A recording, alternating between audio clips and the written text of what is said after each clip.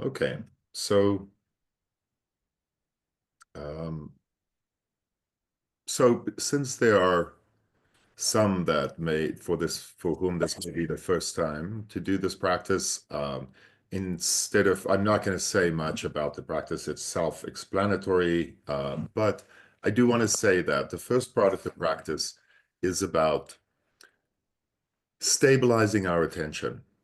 Because it's easy to say rest in the nature of mind, but if we are not at ease, if our attention is not stabilized, our mind may just be running around in a big space, which is not really um, the meditation of resting at ease in the nature of mind. So we begin by stabilizing our attention, by focusing, um, compelling our attention to focus on a specific object of attention and to remain there stably. And we keep coming back to that. And then from there, we relax and open into open awareness or resting in the nature of mind. So just want to record this as well. Okay. So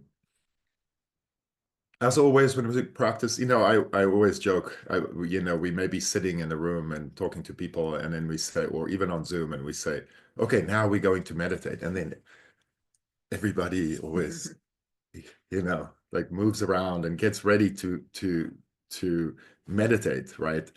And and it's sort of funny because, what do we really need to do? We really just need to drop and let go and just rest. But at the same time, it is important what our posture is, right? Because we want to take a posture in which we can remain easefully and in which we can relax without collapsing. So if you're sitting on the floor on a cushion, then it means a straight spine and a good base, maybe crossed legs. If you're sitting in a chair, it's basically the same, straight back, but not forced, right? A posture in which the frame of our skeleton can remain upright and support us. Um, but we are basically, that's the structure that keeps us up, but we can relax around that scaffolding.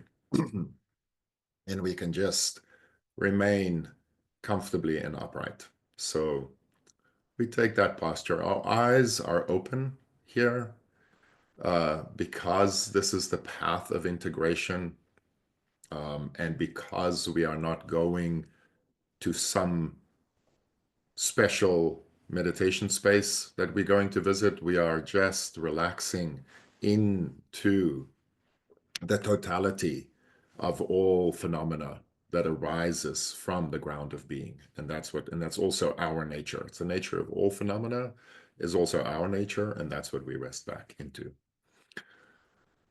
So, easy way to begin is to relax physically and do whatever you need to do, whatever is easiest for you to relax.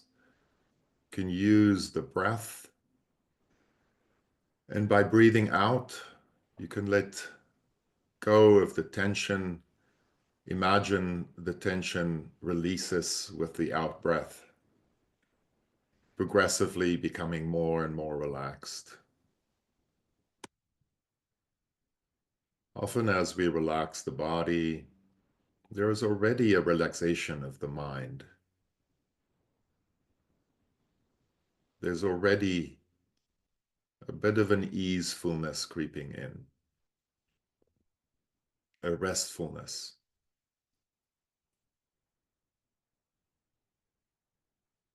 So we're letting go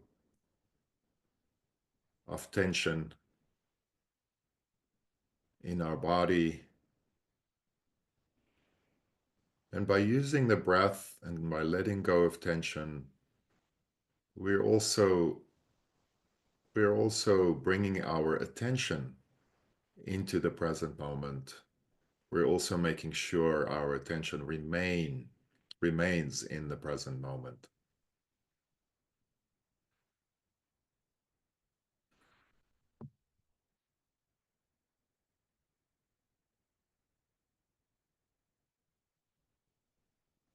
And this is very simple, body-based relaxation and attention practice. Simple presence.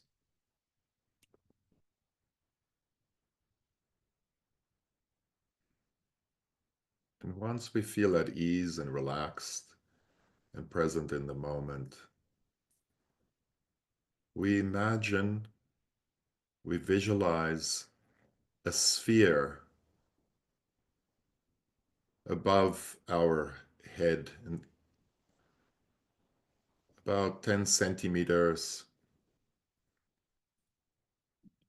4 inches above our head, a radiant, translucent, luminous sphere.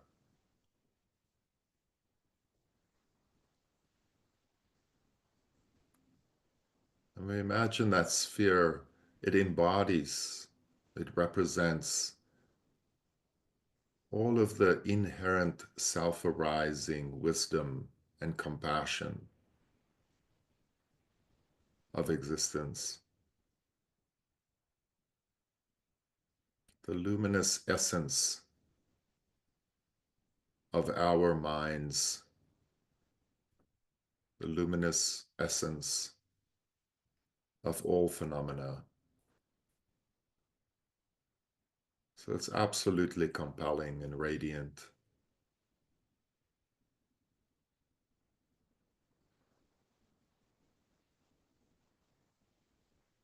There's a teacher or a deity that you've been working with that is, you have a devotional relationship to. You can imagine the image of that deity, that being inside of that sphere. And the idea here is that all of our attention is fixated on this sphere.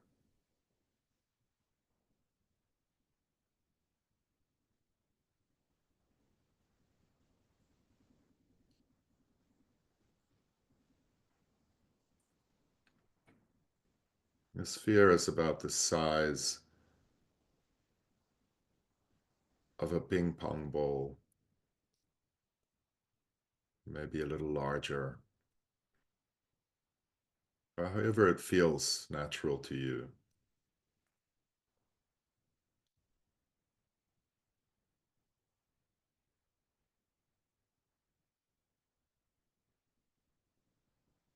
And here the idea, the exercise is just to compel your attention to remain stably on this sphere.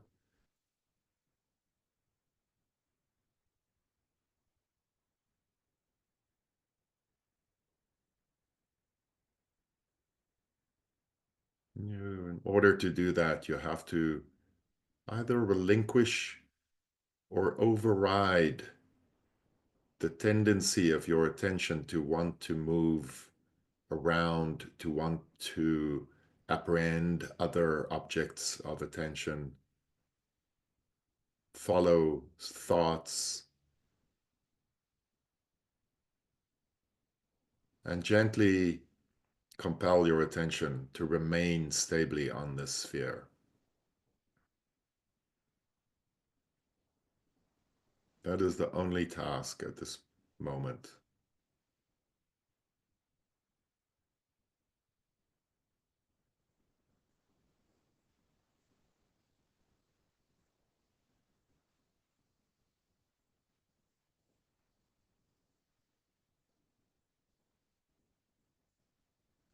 And we do this by not by tensing up our body,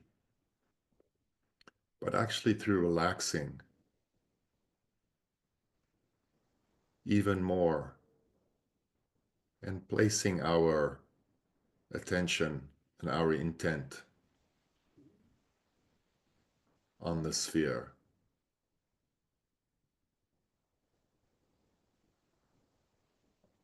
and have it remain there without distraction.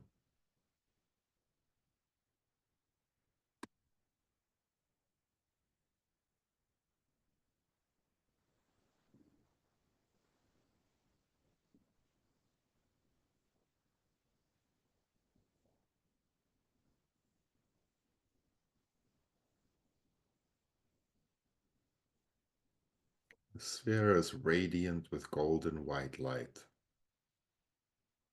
Brilliant.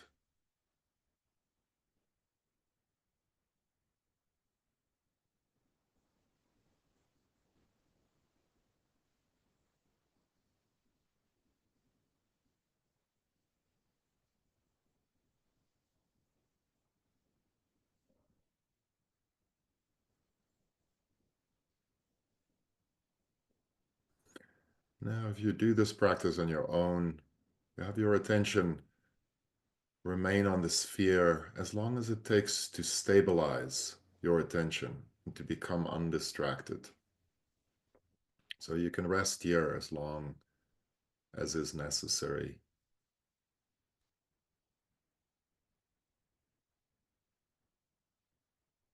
And now imagine the sphere begins to descend, to move down towards the top of your head. And it enters the crown of your head, down the central channel of your body.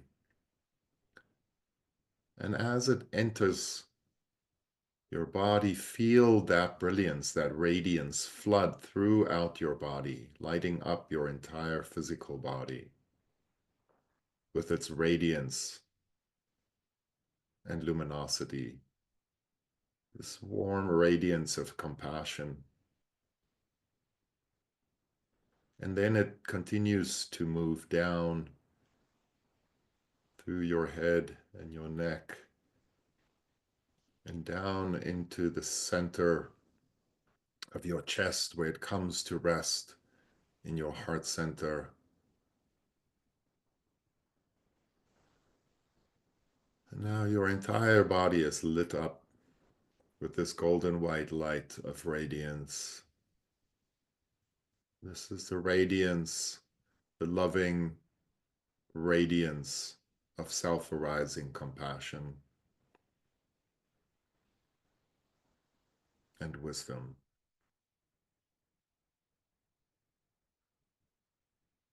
You may imagine that your entire body is being bathed in this light and balanced. You may think of it as a healing, rebalancing, purifying your body,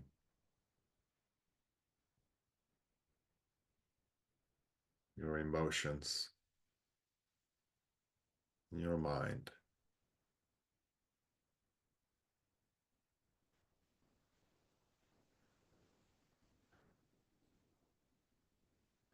And now imagine this radiance radiates out beyond the boundaries of your body, the outer edges of your body, into the space around you in all directions. So your body is luminous, translucent, radiant. You may imagine that this radiance brings benefit to the world and to all beings.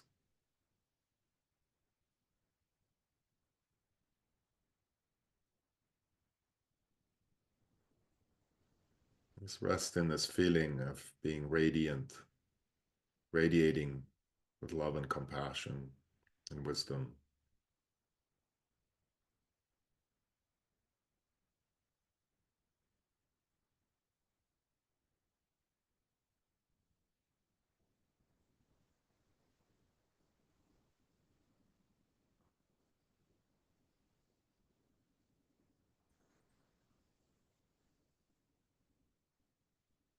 And now, as this light Just as this light is radiating out, imagine your awareness expands out with this light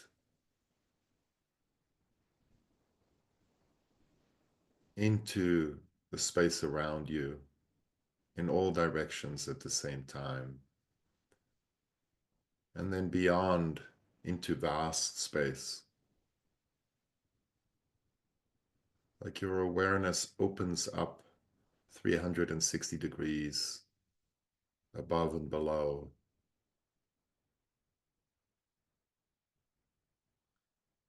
And it includes all phenomena without exception.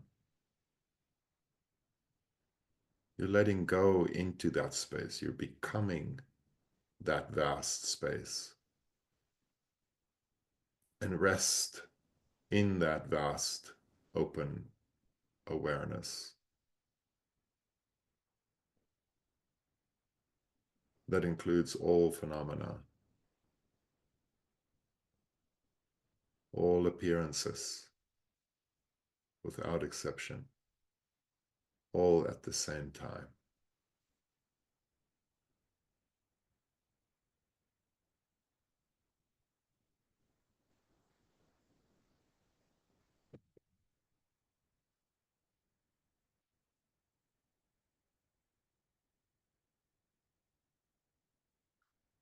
Here, it's not the small you becoming aware of the vast space or trying to be aware of the vast space. It is the vast space that is aware of itself.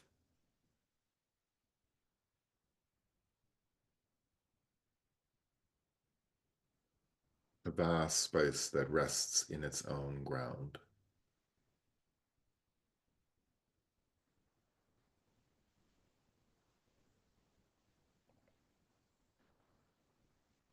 Awareness resting in its own ground.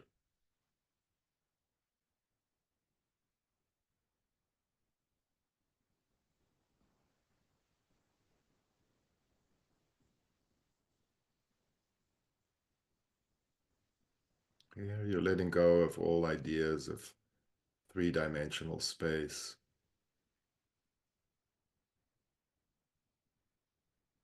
And just resting in the vast space of awareness itself.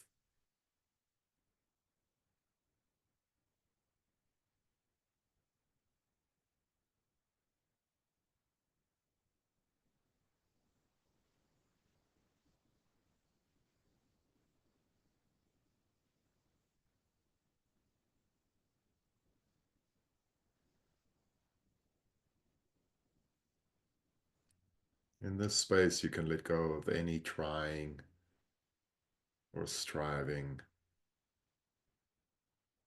or meditating for that matter, and just resting in an uncontrived way in the nature of things just as they are.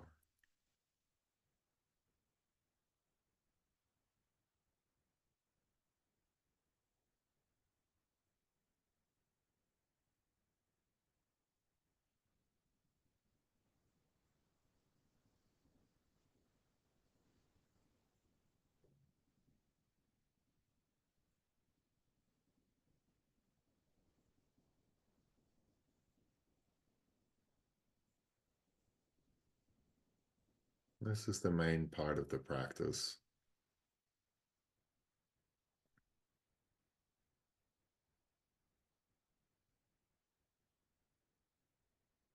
To arrive at this point, to do nothing, to let go of all doing.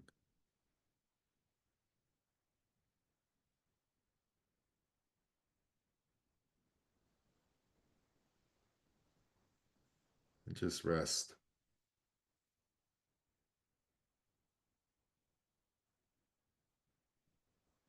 Just rest in the nature of self-arising awareness.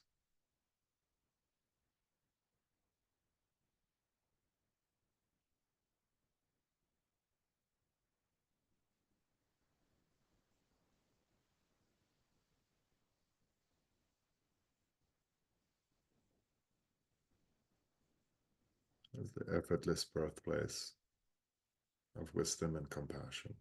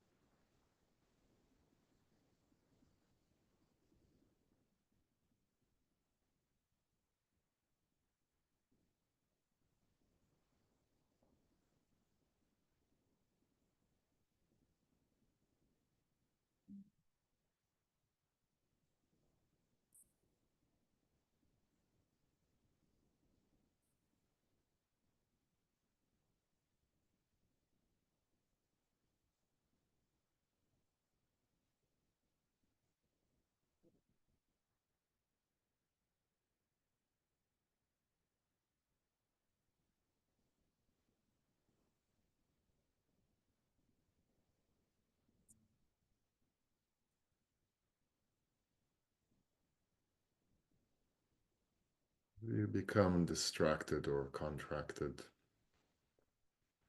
Simply let go again of the contraction, the distraction. Open your awareness and rest in the vast open wakefulness of awareness itself.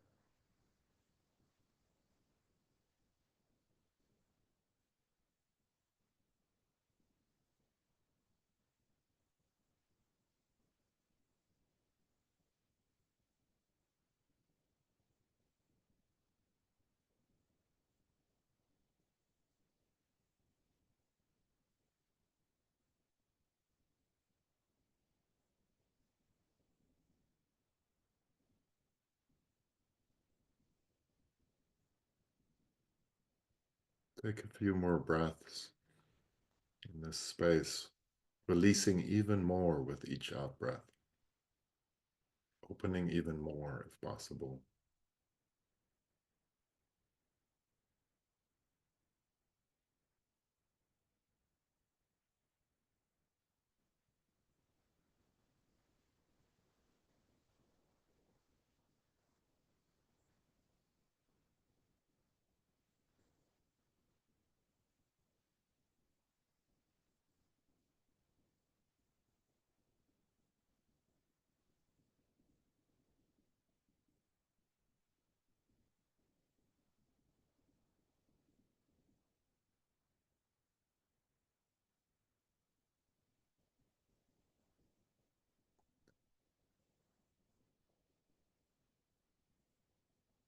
Then, just like we imagine that the light of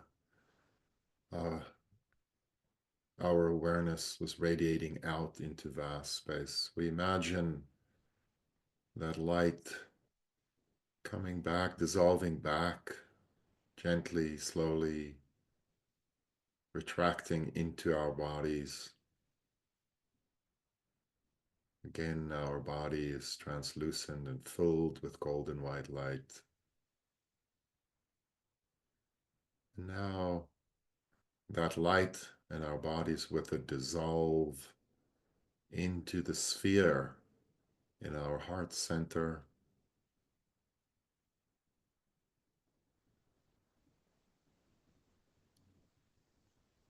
So it's only the sphere in vast space. And then the sphere dissolves and we rest.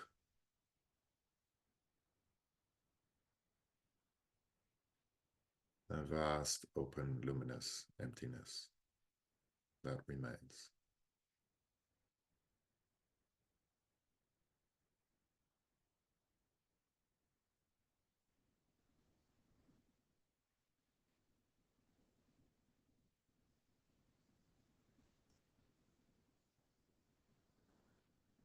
And then we conclude the practice. Thank you for practicing together.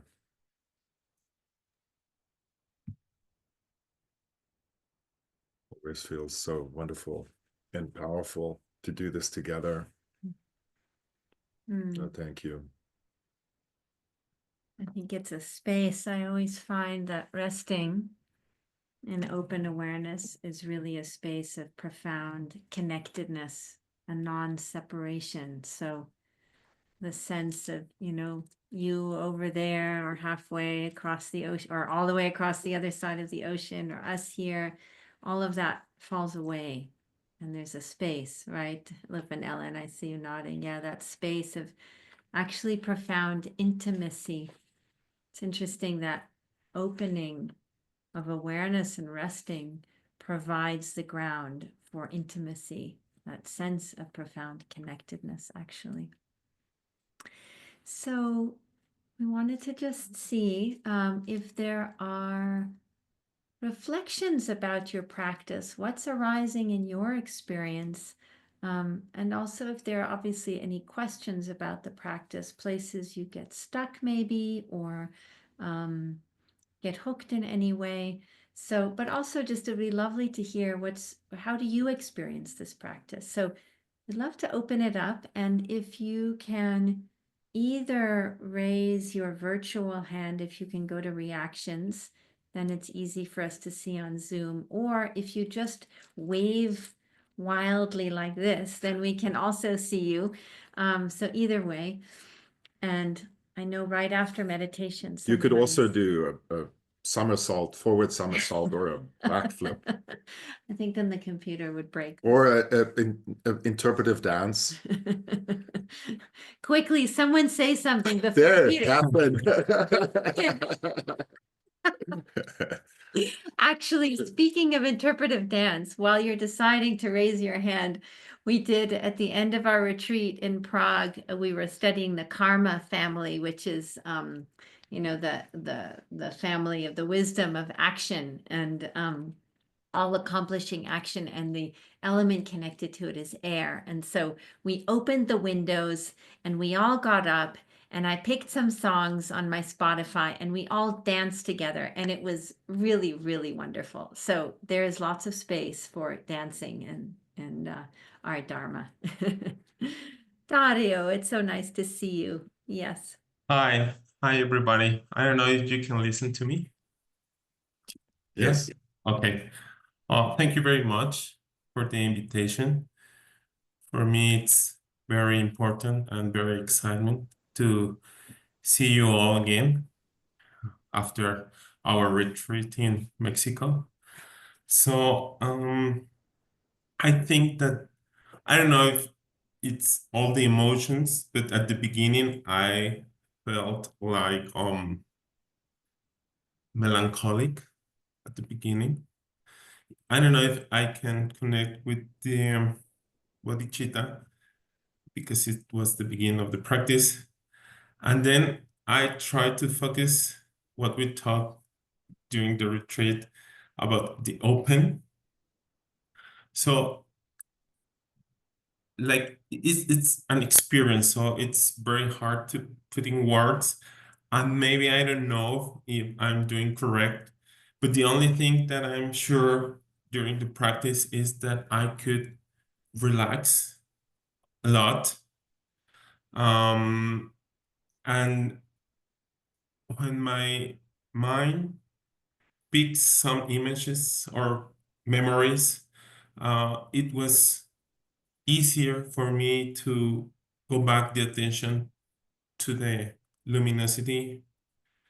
So I think that could connect with a little bit with the practice. So thank you very much for the opportunity to be here with you. It's wonderful to see you again, Dario. Thank you for joining us. And I actually think that was a beautiful description of the practice. I don't really have any particular instructions or comments there. I think that's sharing a little bit of your experience. And I think, I also like to encourage people, because what can happen sometimes is we fall into an idea that we're not doing it right, or that it's more profound than what we are experiencing. And I always like to remind people we are resting back into our own nature. So we have a birthright to access this, and we have the capacity to access this because it's what's underneath our cognition. It's our awareness. And so this is an invitation to let go of the objects of awareness, which brings about a dualistic fixation, and to really rest back into the awareness that is perceiving in the first place. And it sounds really like what you described, sounds really like a description of that. And we should believe that unless we know we're distracted, which means, we're just daydreaming or thinking things, then we are not meditating in that moment. But if we're not doing that, then we may trust that what we are experiencing is practicing, is what we are supposed to doing, and we just deepen that experience. And then finally, I know I said I don't have no comments, and here I come in with a whole line of comments, but I was just inspired by what you said. Finally, is that that melancholy is so interesting, because what is really the experience of compassion? And because we are so conditioned to experience everything in a self-centered way, and I don't just mean this in some kind of crude narcissistic or selfish way, but literally because of our dualistic fixation, our habitual dualistic fixation, we experience everything in relation to the self. So it feels like our sadness, and it could very well be, it probably is. But there is also a very, like a taste of the sadness, the gentle heart of sadness. What is that expression? Genuine. The genuine heart of sadness that Trungpa Rinpoche talks about, which is this absolute, if we open in this way, we are going into a space of profound vulnerability. But we are also co-arising with everything in the world, so we don't have to protect ourselves in that vast open space. We can afford to open, but we can also do it gently. Sometimes it's difficult to do that. But I think there's that melancholy of feeling the wisdom and the sadness of the world and the ignorance of the world, and that melancholy that comes with that, because we are going into this very vulnerable space. And there's really a lot of wisdom in opening in that space, not punishing ourselves or making ourselves go to difficult places and just holding the whole world sadness. It's not so much that. It's actually mixing our awareness with the awareness of everything. And in that, anything whatsoever may arise, Machik says. Anything, any and everything whatsoever may arise. And so that also takes a kind of a courage, right, to open and rest like this. Catherine, I'm looking at your chat note here. I'd love to understand what the deeper meaning of what the gold is symbolic of. So I think this is in reference to the sphere of light. So in a way, it's not specifically colored. It's more the idea of light, of luminosity, right? And so you might even say rainbow light, right? If you take even sunlight coming through a prism, right? It has all of the lights, all of the colors of light, the whole full spectrum. So it's that kind of vibrancy of total luminosity. But I think where we bring in the quality of gold here is that there's warmth to it, right? Sometimes it's interesting, daylight actually is a kind of cold color. Sometimes they have light bulbs that are called daylight, and it's very cold.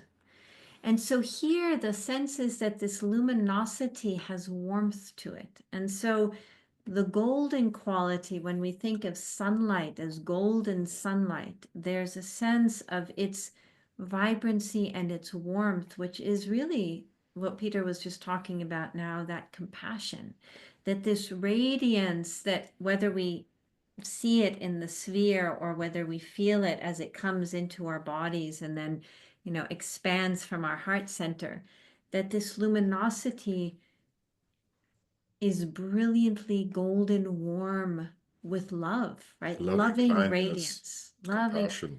And that sense, again, I think my theme today is intimacy, right? That when we open our hearts in that way, that intimacy that we feel with all things. And in a way, this comes back to Dario's melancholy, I think, too, because that feeling so much is both the warmth of love, but it's also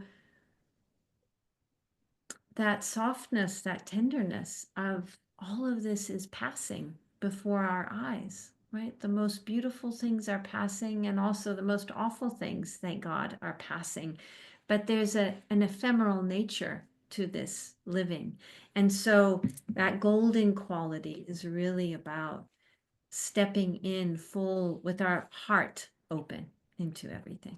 So that's what I would say about the gold. Yeah. Thank you, Catherine. Yeah. Heidi. Okay, can you hear me? The letting go and the gold I'd like to comment on. I have in front of me, and you don't see it, branches of forsythias. And of course, they're golden stars of forsythias, and they are now fading. And they let go. These beautiful golden stars are falling down, and they are in the next table here. But now, green leaves are coming out instead. So also the plants like us, they breathe, they actually exhale oxygen that we need, and they bloom and they let go. And each of these parts is beautiful. And I watch your green plant next to you. I don't know what it is. Is it a peace lily? It looks a little like the green leaves here next to Peter's shoulder. And I realized through our meditation and throughout my life now, I am very close to plants. They breathe like we do. They are quiet. They let go, just as we do. So thank you. Yes, thank you. It's a beautiful image, especially with spring here in the Northern Hemisphere.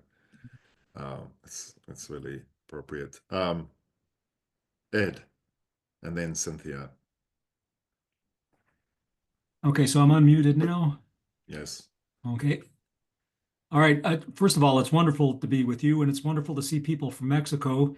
And as Peter and Charlotte know, Mexico is the home of my heart. So I now have a prop for all my friends from Mexico, and it's germane to this. We're talking about the heart and what radiates at the heart, and certainly what's at the heart of Latin Catholic culture is this. I don't know if you can see this. A winged heart. Yes. Which I now have on my Buddhist shrine, this is quintessentially Latin Catholic, but I think it belongs there. And it's slightly golden. And I don't have much to say other than I love Mexico, and the idea of the Sacred Heart is dear to me. Regardless, I think it transcends the bounds of parochial cultures, whether they're Tibetan or Roman. It's human. The other thing, I've been thinking a lot about light these days, a lot, probably because of the darkness. I guess one thought as I've been querying ChatGPT about light is that light itself is invisible. We don't see light, but what we see is what it illuminates. And I'm not sure that has any relevance to what we're discussing. So light itself is energy that's invisible. So the photons. And what's the other thing? Oh, and because in Buddhism, I don't know where in my circles, they talk a lot about compassion, which for me kind of can feel like pity.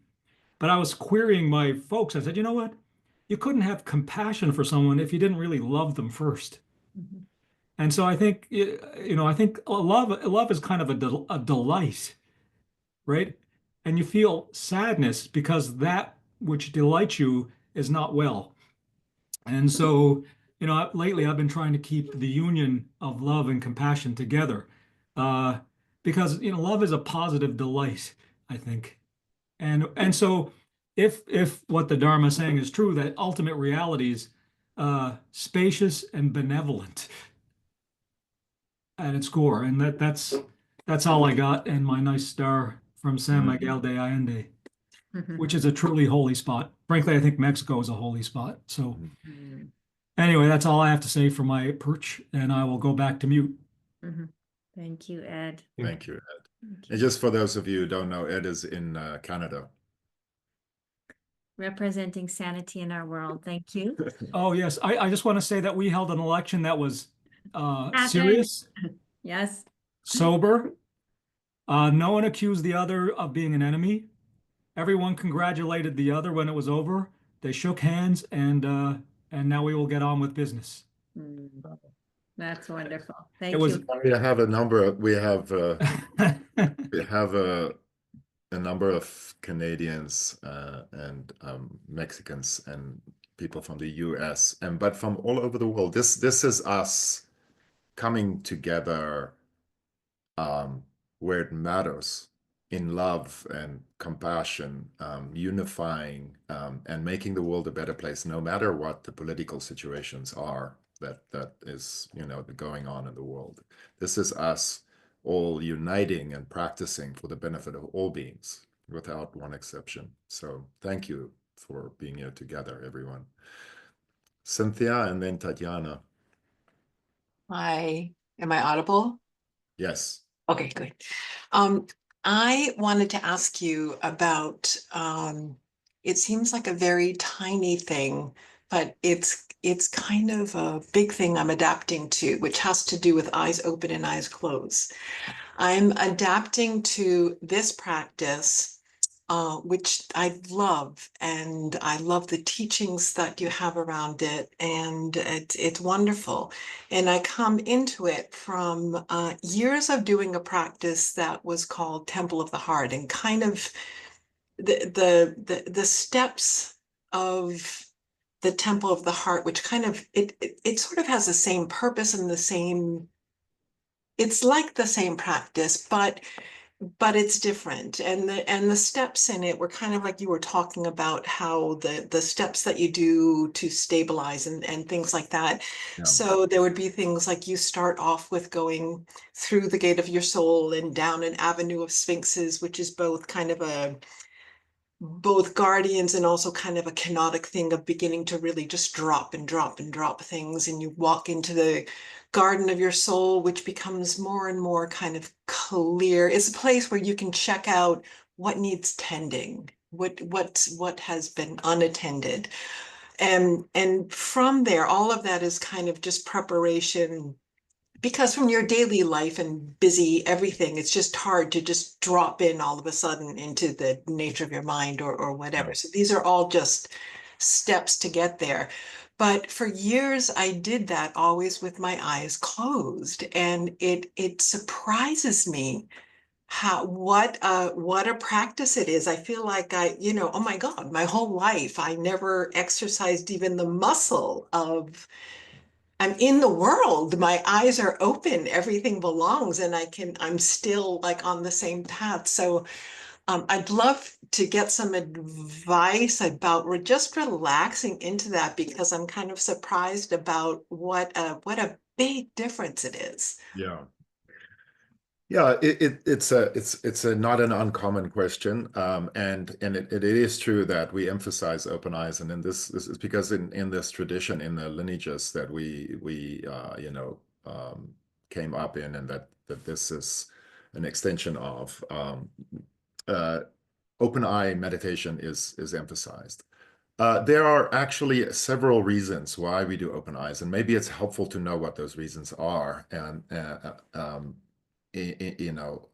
first of all, I want to start in saying this is also about freedom, right? So it's not like you have to have your eyes open, but it is strongly recommended. And I'll say why. So first of all, I mentioned it, I said the path of integration. So the idea here is that all phenomena arise out of the same ground, and that includes us.